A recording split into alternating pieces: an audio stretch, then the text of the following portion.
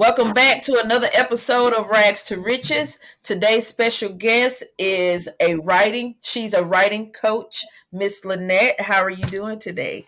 Amazing Blazing. Hello, everybody. Hello, hello, hello. Thank you so much for being a guest. Thank you so much for having me. I appreciate it. Absolutely. So, what made you want to write a book about grief? So, it wasn't something like I just woke up and said that I was going to do. It wasn't something that I said I was going to wake up and just do. Back in 2021, June of 2021, I lost my mother unexpectedly. The ironic part is I had actually just seen my mother. I'm sorry, this piece of her getting on my nerves. Sorry about that. It's okay. I'm sorry, y'all. When I'm live, you get what you get. I'm sorry. No scripts, honey. I know But that's real.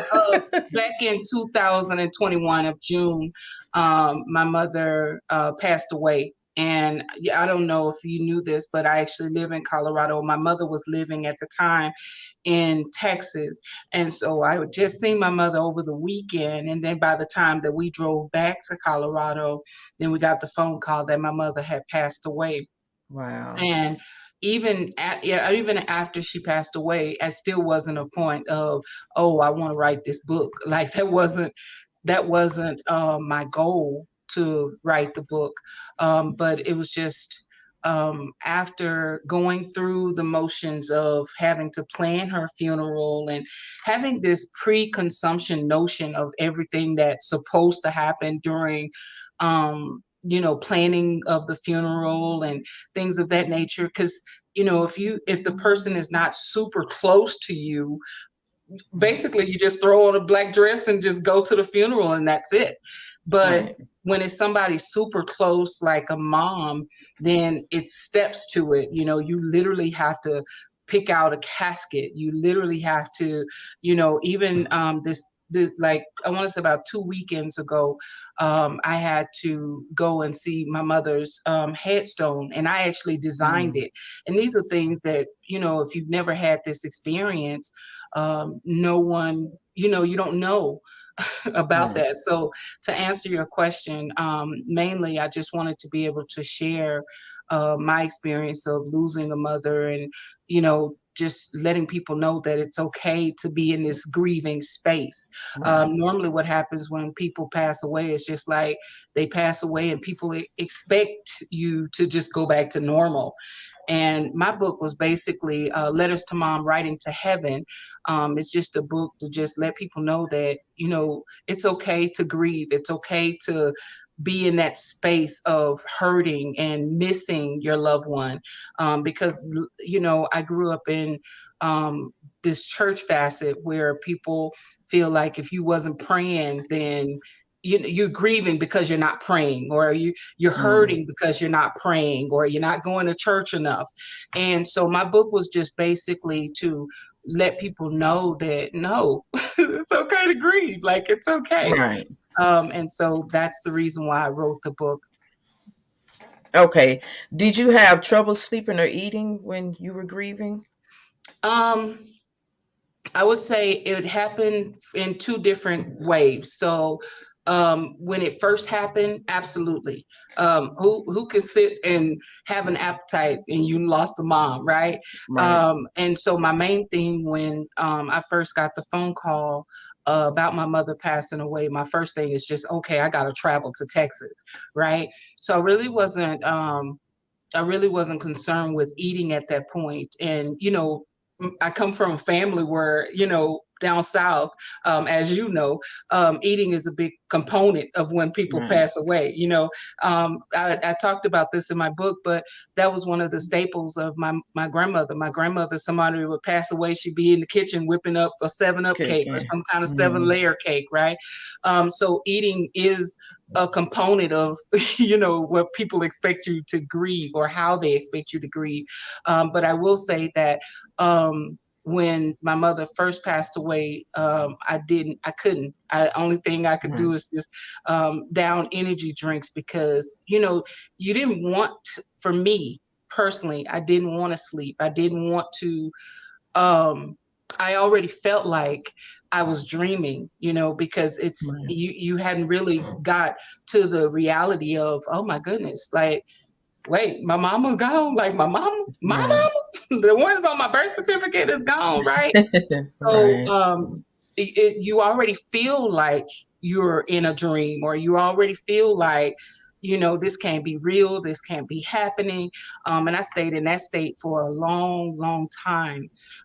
Even the fact of, we're planning the funeral, picking out the casket, making arrangements with the funeral home down there in Texas. And you know, even then, it wasn't like a reality check for me. I didn't get the reality check until, you have to see the body before everyone else Mhm. see the body. Right. You know what I mean? Right. But let me just say this, because that wasn't my only experience with grief. I think that was just the hardest, um, like the hardest blow. If I can Right. just say that, that was the hardest blow. I'd lost a child before as well. And Wow. so losing a child, every Mother's Day, my child was actually born on Mother's Day. Oh my And God. so every Mother's Day, I struggled with that. But when I tell you losing a mother, it's nothing. I can't even explain it. I can't even explain it. I'd like to be able to describe it. I did, let people know the ins and outs of what I was feeling right there. And it was raw. Like it was raw. It was like 1 month from my mother passing away. Right. And so I gave everybody everything I was feeling, everything, from things that people never think about. You're having to literally sit down and interact with Mhm. funeral directors, right? And Mhm. the funeral home already feels cold and stuffy anyway. Right. And so it's True. like, um, it was a very hard process. And then the fact of things that people don't tell you, that you have to be responsible for. I had to write an obituary for my mother. Mhm. Like, we're talking about 70 years worth of everything she'd done. You know Right. what I'm saying? So that's like Mhm. half of my life before I was even born. I had to, Right. do research, and it's a deadline. And Right. these are things that people don't know. And I wanted people to know that in this book.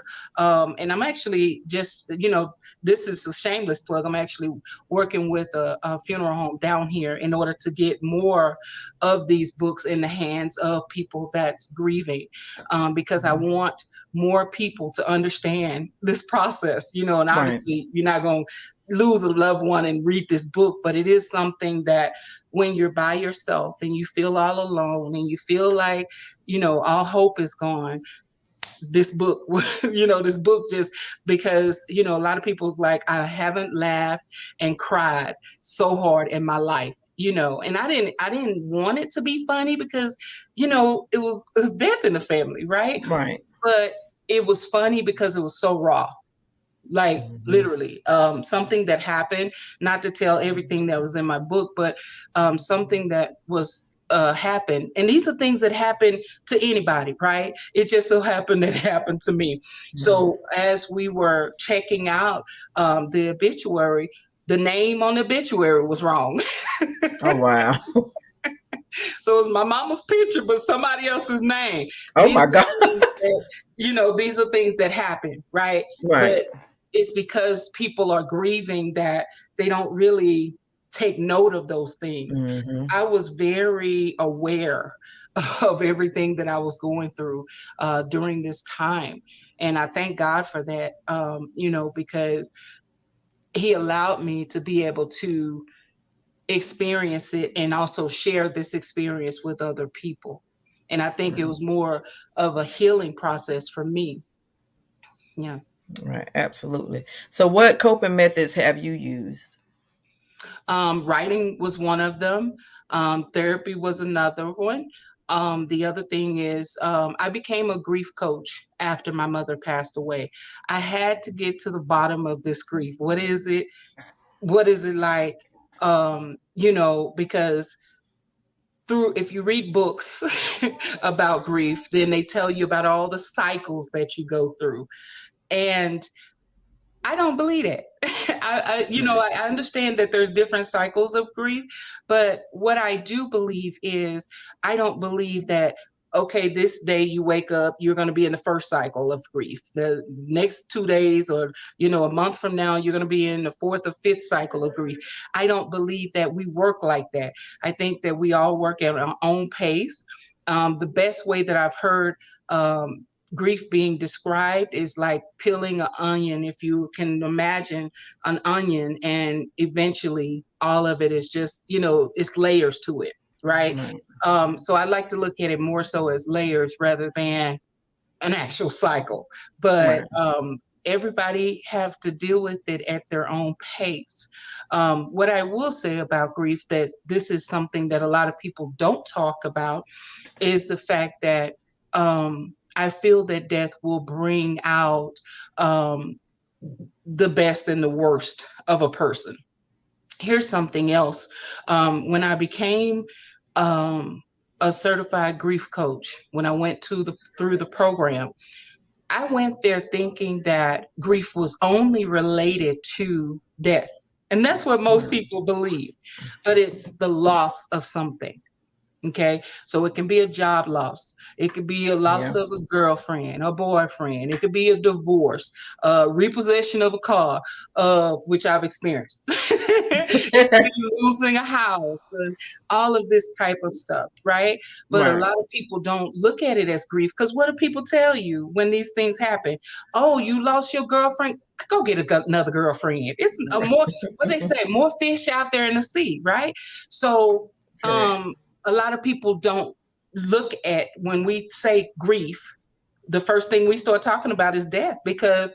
that's how people relate grief, right? But grief is anything that is a loss. Okay.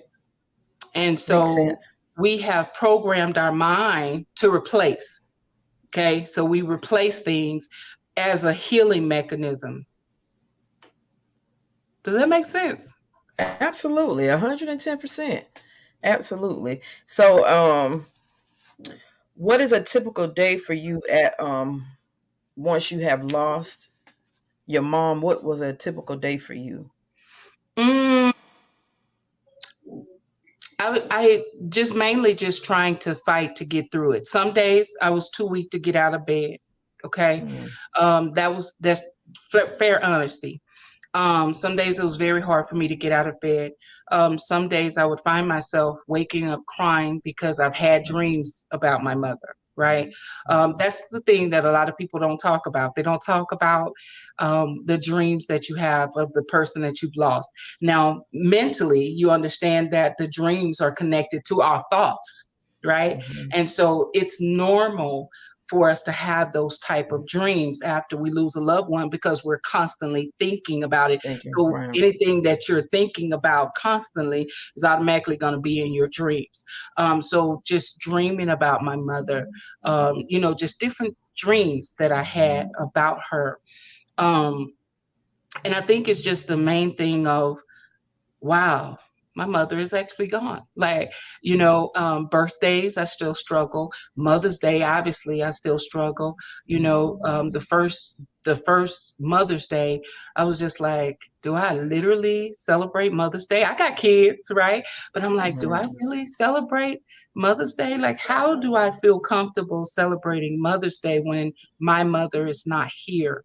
Um, I still have my mother's death certificate sealed. I have not been bold enough, brave enough to open the death certificate. Some parts of me is okay with knowing that, okay, my mother passed away of something, you know, Right. and it's okay for me not to know, but I had to seal, just keep it sealed. Funny story, when my mother passed away, I had all these envelopes and cards from people, right? And I was sitting at my desk, my office at home, and I was just opening these cards. I was just like, I opened two of them and I was just like, I'm going to throw all the rest of these cards away. Think of that for a moment. These are people that are saying, hey, we're supporting you, Right. through your loss. And I'm just like, I'm going to throw all these cards away. I don't want to read this over and over again. Right. And God said, open these cards. Do you know money was in those cards? Oh wow, honey, you would have been throwing away. Somebody probably would have went through it. Checks was in checks, money. Oh Like, my gosh. seriously. And I'm like, I'm throwing all these cards away. I don't want to hear it anymore. I don't want to see it anymore, you Right. know. But, these are things that people give you, during the funeral for whatever reason. And Absolutely. I'm just like, I don't want to see this anymore. Okay. And that's the crazy part. This was like 2, 3 months after the death. I After. still didn't want to see these cards, Oh right? wow. I was over it. Okay. Now, one of the things that I'd like to talk about and share with your audience is the fact that one of the things that I had to do for my mother is I locked her identity, because I didn't want my mother's name to be Right. subjected to, like identity theft, right? Right. I also changed the mail to where I didn't want her mail to pile up and people Hmm. know, oh, she's gone. So let me go ahead and use her information. So Right. those are things that I've done in order to do that. And I suggest for anyone, even if you're taking care of someone that's elderly, go ahead and put some kind of security block on their identity, some kind of identity theft in order to protect their identity, because people are evil and they don't care. True. If they can't get a car in their name, they are looking for someone else to get a car in their name or house or cell phone, whatever. And Right. I just didn't want my mom to be subjected to that. Absolutely. So have you ever got to a place where you just didn't want to be bothered and you just wanted to just grieve alone? Yeah, that was like 2 days after my mother passed away, but I couldn't go there. I couldn't stay in that place. Right. I at some point I was my mother's caregiver from the age of 16 all the way up until like 4 years um, prior to her death, and so I had always been the person to handle business, so I couldn't stop just because she was gone. I had to continue on with handling business, and this was the final thing.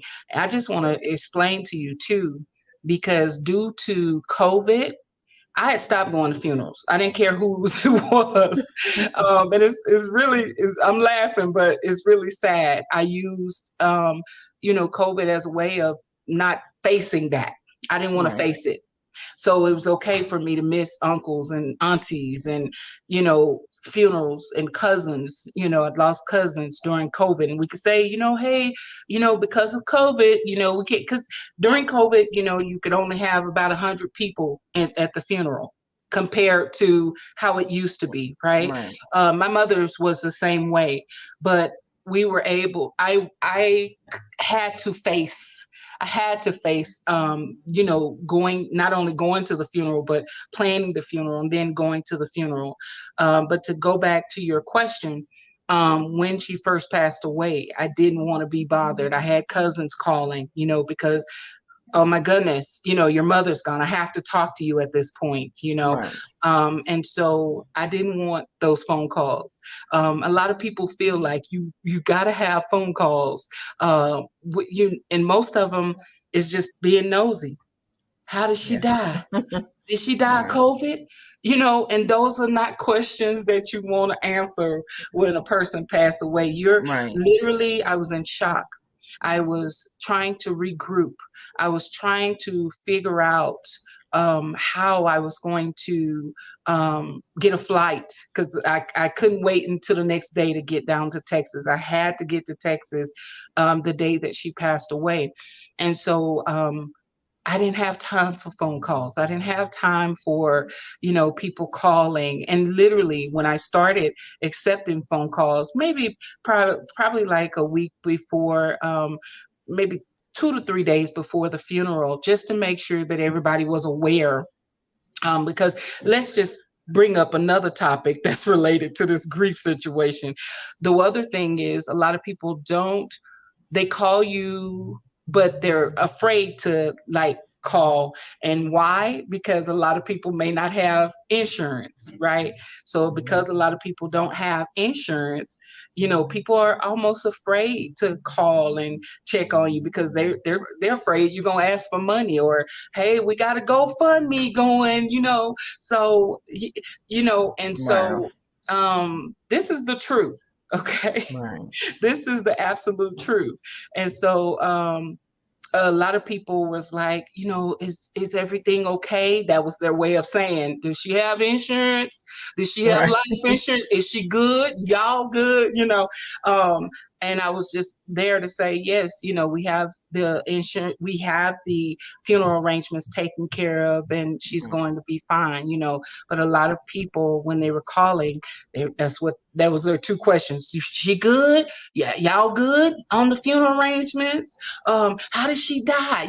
Things like that. And it's just like, oh my goodness, I don't want another phone call like that. But after the funeral, it all goes away. Right. And that's when you need the most calls, after the funeral. True. That's true. So, are there any activities you try to do to ease your pain? Um, I think going to see my mother's headstone, um, I think that was the biggest moment for me ever, only because our family was raised to where we go to the funeral and we see your headstone or where you're about to be buried Right. right then on the spot. After that, we don't see you no more until the next funeral. If you're at another funeral and you go to the gravesite and that person happens to be in the Then you go gravesite, visit. then you happen to Hmm. see both of them at the same time, right? Wow. And Yeah. so it in our family was never any intentionality like you wake up and say, okay, I'm going to the gravesite, right? Um, and so I think me going to see my mother at the gravesite, that was pretty much, my way of understanding that, okay, she's gone. Right. Like, this is it. Right. And I Where do lost you get? friends behind my mother as well. But we'll talk about that. I ain't gonna bring that up yet, Yeah. but I do want to talk about it before we Absolutely. Where do you get your most comfort from? um when my mother first passed away, I would have to say cooking the type of food that she liked. My mother was a soul food type person. Oh, Okay, yes. remember that we're in the South, right? So some days I would cook things like neck bones and macaroni and cheese and Hmm. cornbread and things like that. And one day I had cooked that stuff, and me and my husband was just looking at the plate like, why are we eating this? This is not even what we like. But we only ate that stuff because of my mother, Your right? mom. She Right. was a big soul food person. She loved soul food. Me And too. so when I know, I'm not that type, because my mom is all about chitlins and all of that. We ain't there yet, right? Right. And so, um, but just being able to cook some of her favorite dishes would, Mm. make me feel like. And I'm gonna tell you something. I have some amazing friends. When my mother passed away, I had two amazing friends to get me tea sets. I love tea, and they know that, right? And so they would make sure that both of these tea sets had an extra cup. So one cup was mine and one cup was for my mother, right? And I thought that was like the best thing ever. I'd never thought about, Absolutely. just having another cup out when I have my tea. But I thought that was a really nice idea from both of my friends that done that. Absolutely. That Yeah. was. So, do you avoid places or things that trigger your pain? It's hard for me to go to Texas. It is very, very hard. It's very difficult for me to visit my hometown. That's where I'm from. But it's difficult for me to go back. The first year, or I would say not even a year, the first time that I went back after my mother's funeral, I broke down and I started crying. It's on my Instagram channel, as a matter of fact, because I shared it with Wow. everybody. I'm just like, hey, y'all, I'm here in Texas and it's hard for me right now. And I host an event here in Colorado. It's a writing event every year. The first year I hosted it after my mother passed away, it was difficult because I'm like, this is the absolute first event that I am hosting that my mother is not here, you know? I Right. hosted an event here before and she was able to attend in 2019. And so I think in 2022, when I hosted the event, it was just so hard. It was just really, really hard. But I share it with you guys because, I think that's the best way to be transparent for everyone else that's having that. I Absolutely. also created a group called Letters to Mom on Facebook, and it's basically for other women who have had that experience of losing a mother to be in this group and talk about how they lost their mother and whatever they want to talk about in regards Right. to their mother. But I think for that moment, it was great for me to be able to go through and respond to those messages and see, just be there with them as a sisterhood. Right. I can say that now it's kind of difficult to read through it because, you know, I'm still grieving, but I'm not where I Correct. was. And so I No, think that's I have right. to move forward instead of moving backwards. Does that make sense? Absolutely. And that's awesome though, because a lot of people need that, Yeah. because Yeah. some of them just need that person that's gonna listen, Yeah. and you know what I'm saying. So Yeah. that is awesome. That is Yeah, awesome. it There. was it was it literally losing a mom made me feel like I was a part automatically of some sort of sisterhood. I didn't know where they were, Right. but it just made me feel like, okay, I'm a part of some type of club now. You know what I mean? I guess it's like, when people when men lose hair, it's like being a part of some kind of losing hair Men's club. society. You know what I'm saying? So Ah, that's exactly what I felt like when my mother passed away. It's like, okay, I'm a part of a motherless group now. right. So, what is a lesson you learned from grieving? Um, the biggest lesson is to not try to replace. We've been taught so often to just replace and move forward, right? And sometimes with certain type of losses, it's hard to replace and it's hard to move forward. It's a lot of people that I grew up with and they knew my mother. And a lot of them may refer to me as a daughter, you know what I'm saying? But you ain't Right. my mama. So don't, you know what I'm saying?